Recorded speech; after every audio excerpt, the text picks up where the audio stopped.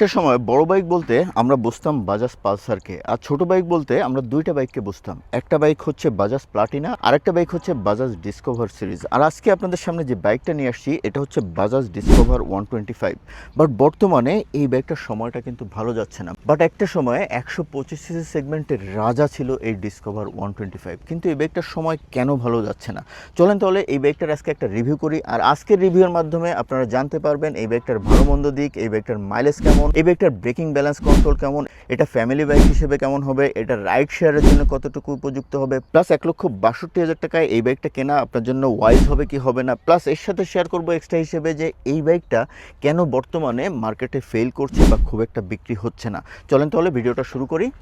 As usual আজকে রিভিউতে থাকছে কিছু ডেভেলপমেন্ট সাইড বা যেটাকে আমরা নেগেটিভ সাইড নামে জানি, আর কিছু ভালো দিক। চলেন প্রথমে ডেভেলপমেন্ট সাইড বা নেগেটিভ সাইড নিয়ে কথা বলি। এই বাইকটার প্রথম যে ডেভেলপমেন্ট সাইড বা নেগেটিভ সাইড সেটা হচ্ছে এই বাইকটার লুক অ্যান্ড ডিজাইন। এটা ডেফিনেটলি একটা সময়ের পার্সপেক্টিভে অনেক ভালো ছিল, বাট বর্তমান সময়ে আমরা কিন্তু শুধুমাত্র বাইকের পারফরমেন্স না, বাইকের লুক, ডিজাইন, ফিচার বা এটা কতটুকু আপডেট হয়েছে এই বিষয়গুলো আমরা বিবেচনা করি। আমার কাছে মনে হয়েছে যে এই সেই পুরনো লুক দিয়ে শুধুমাত্র গ্রাফিক্যাল সামান্য একটু চেঞ্জ করে, ডিজাইনে কোনো মেজর চেঞ্জ না এনে, প্লাস মিটার সব কিছু একেবারে সেই ওল্ড স্টাইলের এই লুক ডিজাইন দিয়ে বর্তমান সময়ে কাস্টমারকে অ্যাট্রাক্ট করা খুব কঠিন। আর আমার কাছে মনে হয়েছে এই জায়গাটা যদি বাজাজ ডেভেলপ করে, এটা লুক ডিজাইনে কিছুটা চেঞ্জ আনে, ডেফিনেটলি এই বাইকটার মার্কেট রেসপন্সও বাড়বে। সো এই কারণেই আমি এটা লুক ডিজাইনকে 1 নম্বর ডেভেলপমেন্ট সাইডে রাখছি।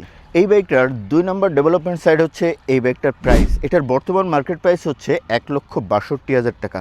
হ্যাঁ, ডেফিনেটলি আপনাদের কাছে মনে হতে পারে লজিক্যাল বা রিজনেবল। অন্যান্য 125 সিসি বাইকের দামের সাথে যদি এটা কম্পেয়ার করেন মনে হবে যে না, এই দামটা ঠিক আছে, তাদের থেকে তো কম। বাট একটা জিনিস মাথায় রাখতে হবে, এটা কিন্তু সেই পুরনো স্টাইলের, এটার মিটার কিন্তু সেই পুরনো স্টাইলের মিটার, কোনো কিছু চেঞ্জ হয় নাই, কার্বোরেটর থেকে এফআই আসে নাই, প্লাস লুক ডিজাইনে কিন্তু চেঞ্জ আসে নাই। এই ডিসকভার 125-এর রাইভাল বা কম্পিটিটর যারা আছে অনেকে কিন্তু এফআই নিয়ে আসছে, অনেকে আবার এবিএসও নিয়ে আসছে, প্লাস ফিচারগত অনেক আপডেটও আছে। এটাতে কিন্তু এক্সট্রা কোনো ফিচারই আপনি পাবেন না। যেহেতু এই বাইকটাতে আপডেটেড কোনো টেকনোলজি বা ফিচার কোনো কিছুরই অ্যাডিশন নাই, আমার কাছে মনে হয়েছে 1,62,000 টাকা ডেফিনেটলি এটা একটু বেশি। এটার দাম যদি 1.5 লক্ষ টাকা রেঞ্জে হইতো তাহলে ঠিক ছিল, এবং 1.5 লক্ষ টাকা যদি দাম হইতো ডেফিনেটলি এই বাইকটার বিক্রিও অনেক বাড়তো।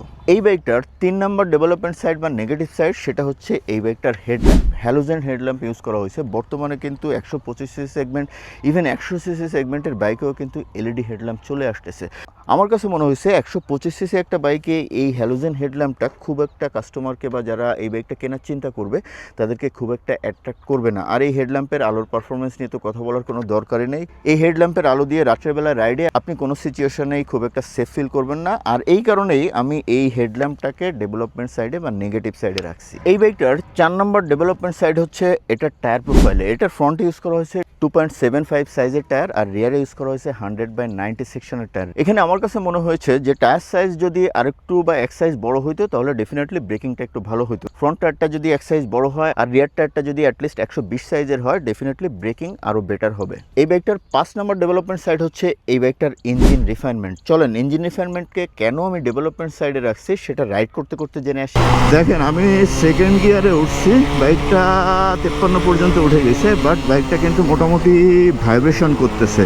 আর এই কারণেই আমি ইঞ্জিন রিফাইনমেন্টটাকে ডেভেলপমেন্ট সাইডে রাখছি। ইঞ্জিন রিফাইনমেন্টটা আমার কাছে মনে হয়েছে যে হ্যাঁ, অনেক বেশি ভাইব্রেশন করে টিভিএস স্ট্রাইকার বা টিভিএসের বাইকগুলোর মতো, ডেফিনেটলি নট দ্যাট, মোটামুটি ভালোই স্মুথ আছে। বাট আমার কাছে মনে হয়েছে এটা যখন 60-70 বা একটু হায়ার স্পিডে চলে তখন এটা মোটামুটি ভাইব্রেশন করে। তবে এই ভাইব্রেশনটা অনেক বেশি অসহনীয়, নট দ্যাট আপনি রেগুলার চালালে এই ভাইব্রেশনটা আসলে কোনো বিষয় না। বাট বর্তমান যে 125 সিসি বাইকগুলো আছে ওই বাইকগুলোর সাথে যদি আমি একটা কম্পেয়ারটা নিই, যেমন SP125 বা ইয়ামাহা স্যালুটো বা ইগনাইটার বলেন, ওগুলোর তুলনায় আমার কাছে মনে হচ্ছে এটাতে কম্পারেটিভলি একটু বেশি ভাইব্রেশন। এই বাইকটার 6 নম্বর ডেভেলপমেন্ট সাইড হচ্ছে এটার মিটার। এটার মিটারে আসলে বলার মতো কিছুই নাই, সেই পুরনো আমলের একটা মিটার। মিটারে অ্যাভারেজ মাইলেজ দেখা যাবে না গিয়ার ইন্ডিকেটর, যদিও ডিজিটাল অ্যানালগের সংমিশ্রণে একটা মিটার, বাট এই মিটারে কোনো ইনফরমেশন নাই, ঠিক সেই পুরনো আমলের একটা মিটার ইউজ করছে। আর এখনকার বাইকাররা কিন্তু মিটারটা চায় অনেক ইনফরমেটিভ এবং লুকিংও হবে অনেক বিউটিফুল। আর এই দুইটা অ্যাসপেক্ট যদি চিন্তা করি, এই মিটারটা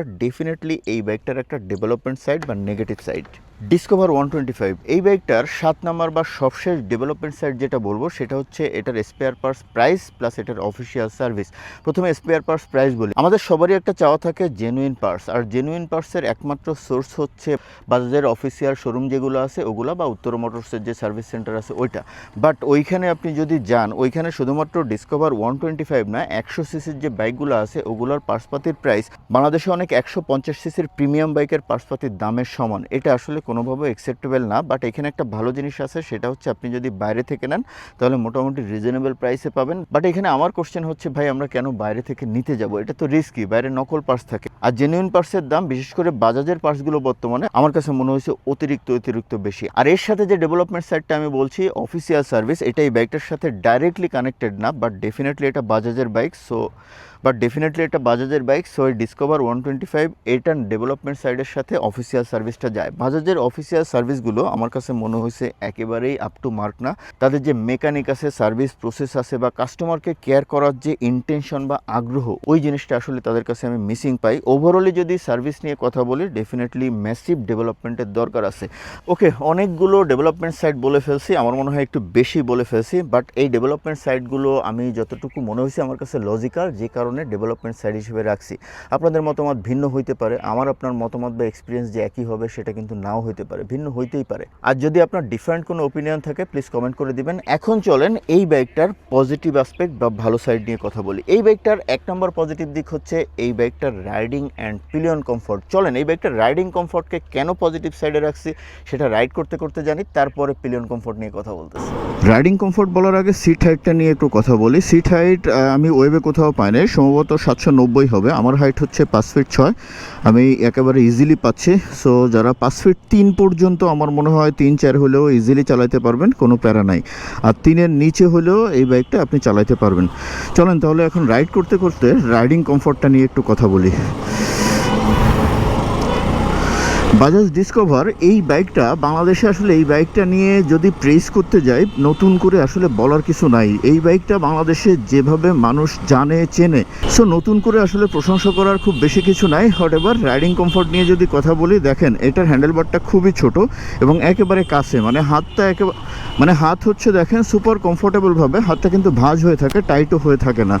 সো সিটি রাইডের জন্য সুপার কমফোর্ট, একেবারে সোজা হয়ে বসতে পারবেন। আর হ্যান্ডেলবারটা কিন্তু অন্য বাইকের তুলনায় এটা কিন্তু কাছে। আপনি যদি এসপি চিন্তা করেন বা 125 সিসির অন্য বাইকের তুলনায় এটার হ্যান্ডেলবারটা হচ্ছে একটু বডির কাছে বেশি, যে কারণে এটাতে বসে আর একটু বেশি কমফোর্ট পাওয়া যায়। আমার কাছে মনে হয় যে 125 সিসি সেগমেন্টের সব থেকে ভালো রাইডিং কমফোর্ট হচ্ছে এটা। সবগুলোই কমফোর্টেবল, বাট এইটা হচ্ছে আমার কাছে মনে হয়েছে ডিসকভার 125 আরও বেশি কমফোর্টেবল। এই বাইকটা নিয়ে সিটির ভিতরে রাইড করেন, জ্যামে পড়েন, ভাঙাচোরা রাস্তায় যান, হাইওয়েতে টুকটাক রাইড করেন, একেবারেই কোনো প্যারা পাবেন না। মানে আমার চালানো সব থেকে ভালো রাইডিং কমফোর্টের বাইক হচ্ছে এই ডিসকভার 125। ওকে, রাইডিং কমফোর্ট তো জানলেন, এখন পিলিয়ন কমফোর্ট জানাই। এটাতে সিঙ্গেল সিট ইউজ করা হয়েছে, সিটটা স্পেশাস আর সিট কুশনিংটা যথেষ্ট সফট, আর এটাতে সুন্দর একটা গ্র্যাব রেইল আছে। আর এটাতে লাস্ট উইকে আমরা যখন N160 ইউএসডি ভার্সনটা কিনতে খুলনা থেকে চুকনগর গিয়েছিলাম, এটাতে কিন্তু আমি পুরোটাই প্রায় 35 কিলোমিটার বসে গিয়েছিলাম। ভাঙাচোরা রাস্তা সেই লেভেলের, বাট আমি একেবারেই কোনো প্যারা পাই নাই। সো এটার পিলিয়ন কমফোর্ট নিয়ে যদি কথা বলি, definitely super comfortable pillion comfort. আর যেহেতু সাসপেনশন ফিডব্যাক ভালো, ভাঙাচোরা রাস্তায় যদি যান পিলিয়ন কমফোর্ট নিয়ে কোনো প্যারা নাই। আর যেহেতু এই বাইকটার রাইডিং এবং পিলিয়ন কমফোর্ট খুবই ভালো, আপনি ফ্যামিলি বাইক হিসেবে এটা নিশ্চিন্তে ইউজ করতে পারবেন। আর যারা পাঠাও বা উবার চালান বা রাইড শেয়ার করেন তাদের জন্য যথেষ্ট ভালো একটা বাইক হবে এটা। এই বাইকটার 2 নম্বর পজিটিভ সাইড হচ্ছে এই বাইকটার পাওয়ার অ্যান্ড টর্ক। এই বাইকটার পাওয়ার ফিগার হচ্ছে 10.8 বিএসপি আর টর্ক হচ্ছে 10.8 নিউটন মিটার, মানে এই বাইকটার পাওয়ার টর্ক সমান। আর এই পাওয়ার টর্ককে কেন এই বাইকটার পজিটিভ সাইড হিসেবে আমি রাখছি সেটা চলেন রাইড করতে করতে একটু শেয়ার করি। ওকে, ফার্স্ট গিয়ারের টপটা একটু চেক করি, দেখি কত ওঠে।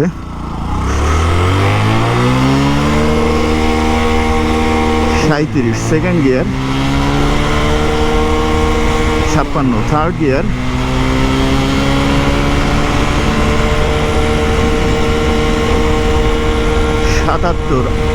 77, থার্ড গিয়ারে যথেষ্ট ডিসেন্ট স্পিড, যথেষ্ট ভালো স্পিড। একটু স্পিড উঠতে টাইম নেয় এই ডিসকভার বাইকটার একটা বৈশিষ্ট্য, বাট একবার যদি ও পাওয়ার ধরে ফেলে ডেফিনেটলি আপনাকে ভালো পাওয়ার টর্ক দিবে।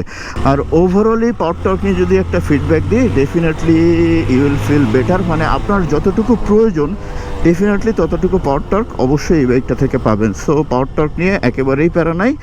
ইট হ্যাজ প্রিটি ডিসেন্ট পাওয়ার, যেটা আপনার দরকার বা যে পাওয়ারটুকু আপনি প্রয়োজন ফিল করেন এই বাইকটা ততটুকু পাওয়ার আপনাকে ডেফিনেটলি দিতে পারবে। এই ডিসকভার 125 বাইকটার 3 নম্বর পজিটিভ দিক হচ্ছে এই বাইকটার মাইলেজ বলার আগে ছোট্ট একটি ইনফরমেশন দিয়ে দিই, সেটা হচ্ছে এটার ফুয়েল ট্যাঙ্ক ক্যাপাসিটি। এটা ট্যাঙ্কে তেল ধরবে 8 লিটার, আর এটা যেহেতু কার্বোরেটর বাইক এটাতে কিন্তু রিজার্ভ অপশন আছে, এটার রিজার্ভে প্রায় 1.5 লিটার তেল থাকবে। এখন চলেন এই বাইকটার মাইলেজকে কেন পজিটিভ সাইডে রাখছি সেটা রাইড করতে করতে একটু শেয়ার করি। মাইলেজ, এই বাইকটা কিন্তু মাইলেজের জন্য বিখ্যাত ছিল, যদিও এর থেকে অনেক ভালো মাইলেজের বাইক চলে আসছে বর্তমানে। আমার সেলুটো বলা যায় এর থেকে একটু বেটার মাইলেজ দেয়, SP 125 ও ডিসকভার 125 থেকেও ভালো মাইলেজ দেয়। বাট একটা বিষয় হচ্ছে এই বাইকটা যদি ভালো মতো মেনটেন করেন প্লাস আপনার রাইডিং স্কিল যদি ভালো হয়, ডেফিনেটলি এই বাইকটা থেকেও ওই বাইকগুলোর মতো ম্যাক্সিমাম মাইলেজ আপনি আনতে পারবেন। আর এই ডিসকভার 125 থেকে আপনি সিটিতে অ্যাভারেজ 50 থেকে 55 বা 58 পর্যন্ত মাইলেজ পেয়ে যাবেন, আর হাইওয়েতে আপনি ডিসকভার 125 থেকে 50 থেকে 65 ইভেন 70 পর্যন্ত মাইলেজ পাওয়া এই বাইকটা থেকে সম্ভব। বাট হাইওয়েতে 50 থেকে 60 হচ্ছে এটার অ্যাভারেজ মাইলেজ। বাট একটা জিনিস মাথায় রাখতে হবে, মাইলেজ কিন্তু আপনার রাইডিং প্যাটার্নের উপর ডিপেন্ড করে, প্লাস একটা বাইকের মেইনটেনেন্সের উপরও ডিপেন্ড করে। সো এই মাইলেজটা আপনি নাও পাইতে পারেন। অনেকেই খুঁজে পাবেন ডিসকভার 125 থেকে 70 মাইলেজ পান, আবার অনেকেই খুঁজে পাবেন এটা থেকে 40-45 মাইলেজ পান। ডেফিনেটলি সেক্ষেত্রে কিছু ইরর থাকে। 4 নম্বর পজিটিভ দিক হচ্ছে এই বাইকটার ব্রেকিং। হ্যাঁ, এই বাইকটার ব্রেকিং আমি যথেষ্ট ভালো পেয়েছি। আর ব্রেকিং প্রোফাইলটা একটু বলে নিই, এটা কিন্তু সিঙ্গেল ডিস্কের ব্রেকিং, আর এর সাথে পাবেন CBS কম্বিনেশনের ব্রেকিং। আর ব্রেকিংকে কেন আপনাদের আশিক ভাই পজিটিভ সাইডে রাখছে সেটা চলেন একটু ব্রেক এক্সপিরিয়েন্স নিতে বলি। ওকে, ব্রেকিং দেখেন, আমি একটু ব্রেক করে দেখাই। 50-তে 50। আমি ছোট বাইকের ক্ষেত্রে সবসময় একটা জিনিস বলি, যেহেতু টায়ার প্রোফাইলগুলো চিকুন হয় আপনাকে কিন্তু একটু সতর্ক হয়ে ব্রেক করতে হবে। আপনি যদি একবারে এটা চেপে দেন তাহলে স্কিড করবে। আস্তে আস্তে আস্তে আস্তে চেপে জমায় আস্তে আস্তে বাইকটা থামাইতে হবে। আর এটাতে কিন্তু CBS ব্রেক আছে, সো CBS ব্রেক থাকলে স্কিড করার টেন্ডেন্সি ডেফিনেটলি একটু কম থাকবে। আর একটা ব্রেক করে একটু আপনাদেরকে দেখাই। 3 গিয়ার 50-তে একটা ব্রেক করব, দেখেন 50। দেখেন কত কুইকলি আমি দাঁড়িয়ে গেলাম, আমি কিন্তু স্কিড করি নাই। সো এই জিনিসটা মাথায় রাখবেন, এই বাইকগুলোর টায়ার প্রোফাইল একটু চিকুন, ব্রেক যে কারণে আপনাকে আস্তে আস্তে ব্রেক করতে হবে। সাডেন ব্রেক করলে আপনি কিন্তু স্কিড করবেন। তবে ওভারঅলি ব্রেকিং নিয়ে যদি আমি ফিডব্যাক দিই, ডেফিনেটলি ব্রেকিং আমার কাছে ভালো মানেরই মনে হয়েছে। ব্রেকিং অবশ্যই ভালো। আপনি রাইডকালীন যদি একটু সতর্ক হয়ে রাইড করেন, ডেফিনেটলি এই বাইকটা থেকে মোটামুটি ভালোই ব্রেকিং পাবেন। ডিসকভার 125 এই বাইকটার 5 নম্বর ভালো দিক হচ্ছে এই বাইকটার ওয়েট ডিস্ট্রিবিউশন। ডেফিনেটলি এই ডিসকভার 125 এই বাইকটার ওয়েট ডিস্ট্রিবিউশনটা ইউজুয়াল বাজাজের বাইক থেকে আমি একটু ডিফারেন্ট পেয়েছি। চলেন রাইড করতে করতে আমি একটু শেয়ার করি যে এই বাইকটার ওয়েট ডিস্ট্রিবিউশনকে কেন আমি ডিফারেন্ট বলছি এবং ভালো বলছি।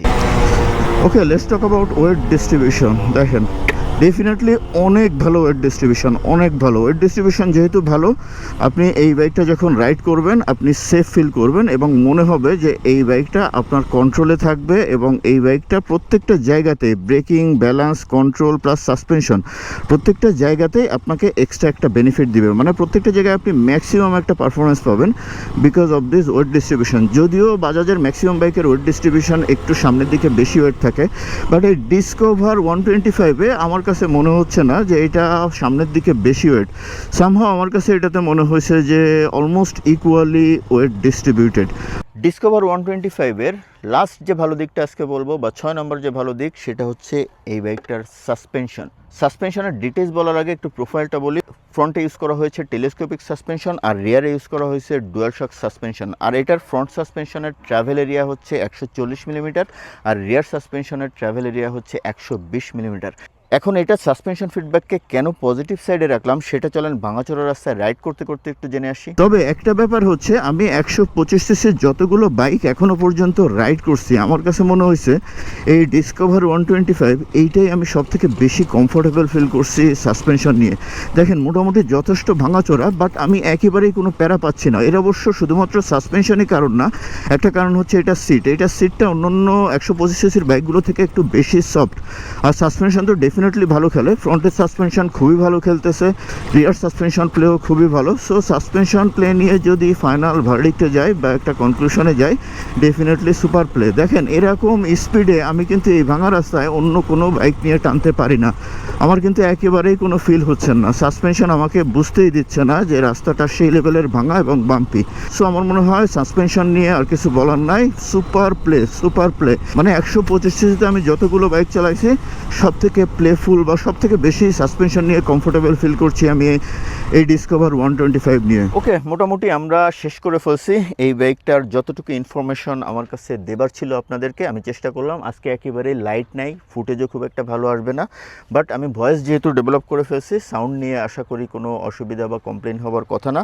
বাট একটু ভালো ফুটেজ হলে হয় কি, দেখতে ভালো লাগে আর কি। এখন ভিডিও যদি একটু দেখতে ভালো না হয় তাহলে তো প্রবলেম। আর একটা প্রবলেম হচ্ছে আমি ক্যাপকাটে এডিট করি, ক্যাপকাটে হচ্ছে 4K-তে এক্সপোর্ট করা যায় না, এইচডিতেও খুব প্রবলেম হয়ে যায়, যে কারণে অনেকে অবজেকশন দিচ্ছেন যে ভিডিও কোয়ালিটি ভালো না। বাট দোয়া করেন আপনাদের আশিক ভাই যদি একটু ডেভেলপ করে এই লাইনগুলোতে, হয়তো ইনভেস্ট করে একটা ভালো সনি ক্যামেরা কেনার ইচ্ছা আছে, ভালো মানে মোটামুটি রেঞ্জেরই কেনার ইচ্ছা আছে। দেখা যাক যদি সব কিছু ঠিকঠাক থাকে আর কি।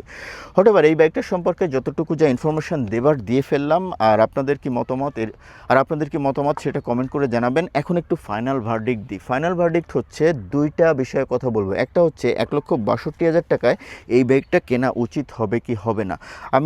আমি সবসময় যেহেতু ডাইরেক্টলি কথা বলি, সো ডাইরেক্টলি অ্যান্সার দিই। আমার কাছে মনে হয়েছে যে 1,65,000-67,000 এই রেঞ্জে যে বাইকগুলো আছে, স্পেশালি হোন্ডা এসপির কথা বলবো, ডেফিনেটলি আমার কাছে মনে হয় যে ডিসকভার 125 থেকে এসপিটা অনেক বেটার চয়েস। সো 1,62,000 টাকা দিয়ে এই বাইকটা কেনার থেকে আমার মনে হয় আপনার একটু অল্টারনেটিভ চিন্তা করা উচিত। বাট একটা জিনিস এখানে বলতে হয় যে এই বাইকটা যদি আপনি 1,62,000 টাকা দিয়ে কেনেন, আপনার কিন্তু লস হবে না। এই বাইকটা সব কিছু মিলিয়ে এই বাইকটা আসলে আপনাকে ডিস্যাটিসফাই করার খুব কিছুও কিন্তু নাই। বাট আপনি যদি একটু অ্যাডভান্সের দিকে যাইতে চান, সেক্ষেত্রে ডেফিনেটলি আপনার কাছে এর থেকে বেটার অল্টারনেটিভ আছে। এখন বলি চলেন যে এই বাইকটার মার্কেট কেন বর্তমানে খারাপ বা কেন চলতেছে না। যারা একটু ওয়াইজ আছেন তারা কিন্তু অলরেডি ধরে ফেলছেন বা বুঝে গেছেন যে এই বাইকটা কেন চলতেছে না। আসল ব্যাপার হচ্ছে ওই পালসারের মতো কাহিনী। পালসার কেন এখন চলে না? বাজারের ম্যাক্সিমাম বাইক কিন্তু এখন কিস্তিতে বিক্রি হয়, কিস্তি ছাড়া বাইক কিন্তু নতুন বাইক খুব কমই বিক্রি হয়। এখন এরকম লিজেন্ডারি বাইকগুলোর মার্কেটে এই অবস্থা, এর দোষ কিন্তু বাইকের না, দোষটা হচ্ছে কোম্পানিতে যারা আছে তারা আসলে মার্কেট ফিউচারটা বুঝতে পারে নাই। ফিউচার প্রেডিক্ট করে নতুন জিনিসের সাথে তারা নতুন জিনিস তারা বাইকের সাথে অ্যাড করতে পারে নাই, যে কারণে সেই 10 বছর আগে যে ডিসকভার ছিল এখনও একই অবস্থায় আছে। বাট আমাদের চাওয়া পাওয়া কিন্তু একই জায়গায় নেই, অনেক অ্যাডভান্স হয়ে গেছে। যেহেতু এই জায়গাতে বাজাজ ম্যাচ করতে পারে নাই, যে কারণে এই ডিসকভার 125-এর মতো এত ভালো একটা বাইক ডেভেলপমেন্টের অভাবে আজকে কিন্তু মার্কেটে অলমোস্ট বিক্রি অনেকটাই কমে গেছে। সো গাইস, চেষ্টা করলাম ডিসকভার 125-এর একটা শর্ট রিভিউ আপনাদের সামনে তুলে ধরার। কতটুকু কি পারছি জানি না, বৃষ্টি আসার একটা পসিবিলিটি আছে। আর বড় ব্যাপার হচ্ছে মেক করলে আসলে ফুটেজ ভালো আসে না, এটাতে নিজেরও একটু অসন্তুষ্টি লাগে।